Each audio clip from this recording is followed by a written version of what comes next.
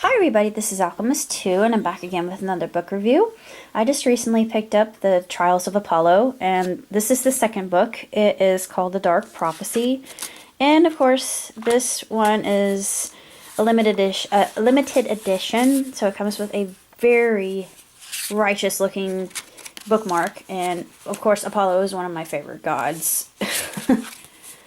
Poor Lester Papadopoulos. I feel for him.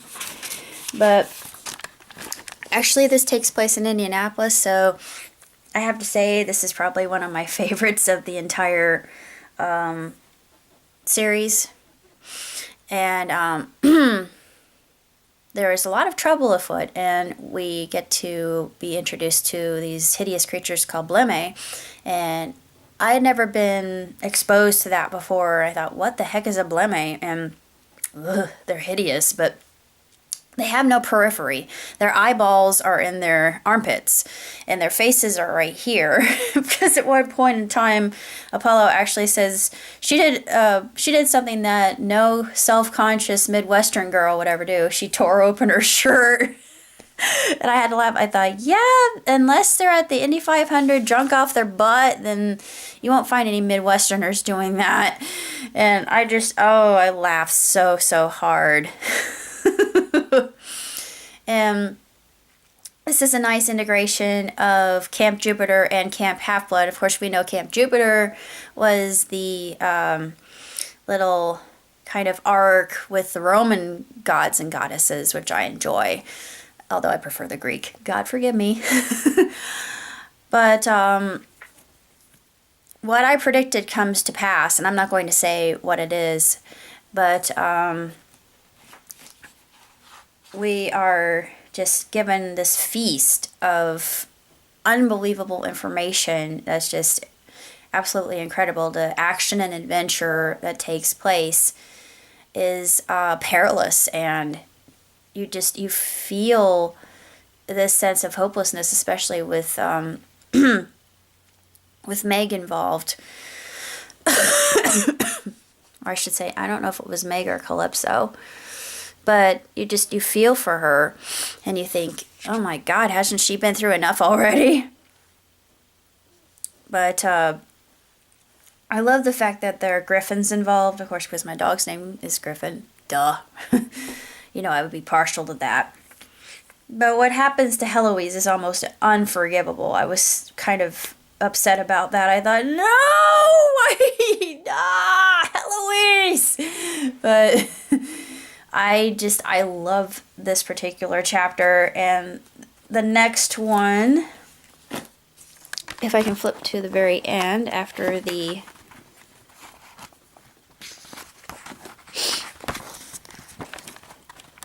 dictionary that they usually have in books such as this. The third book is going to be The Burning Maze, and that's not going to be until spring. Oh, Riordan, why do you make me wait?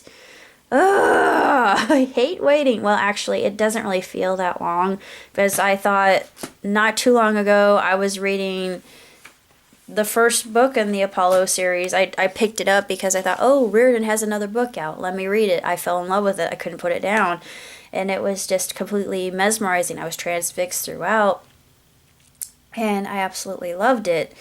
And I'm really looking forward to the next book in Magnus as well, because I enjoy the Norse mythology as much as I enjoy Greek. But we do get my foretelling about what was to occur actually does come to pass. I thought, yeah, I knew it was going to come to this. I'm not going to say what or how or when, but you know where I'm going. And with Riordan, how he intermingles all of his different characters, especially with this. And Leo's back, and I absolutely adore Leo and Festus the dragon. They're awesome. Yeah, he's a cool character. He's very funny. He's usually the comic relief, but Apollo is the one that's making all the kind of laconical remarks and very self-deprecating at times. And there's one point where he speaks in iambic pentameter, and the prophecy was actually given forth as a sonnet.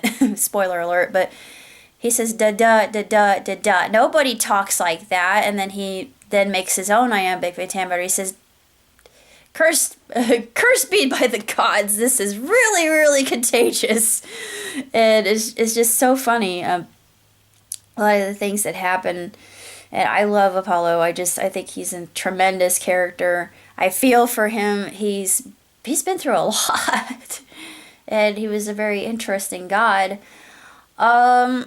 I don't really have that much else to say about the Trials of Apollo, only that I'm really looking forward to the third. I'm not sure how many Riordan is going to write. He writes very long series, but they don't really feel like that they're that long at all because of just the pace and how well things will segue one to another, and the action will keep you on the edge of your seat, and you wonder what's going to happen next.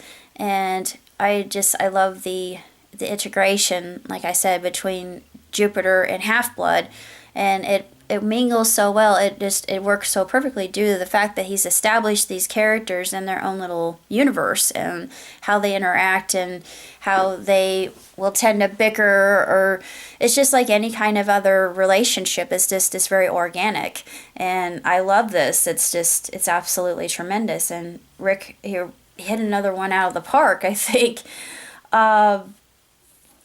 Just an astounding book. I can't wait. I really can't, but I guess I have other books to keep me occupied for the time being, which won't take me long due to how fast I read. But that's about all I have to say about the Trials of Apollo. So until next time, live long and prosper. Ciao tutti!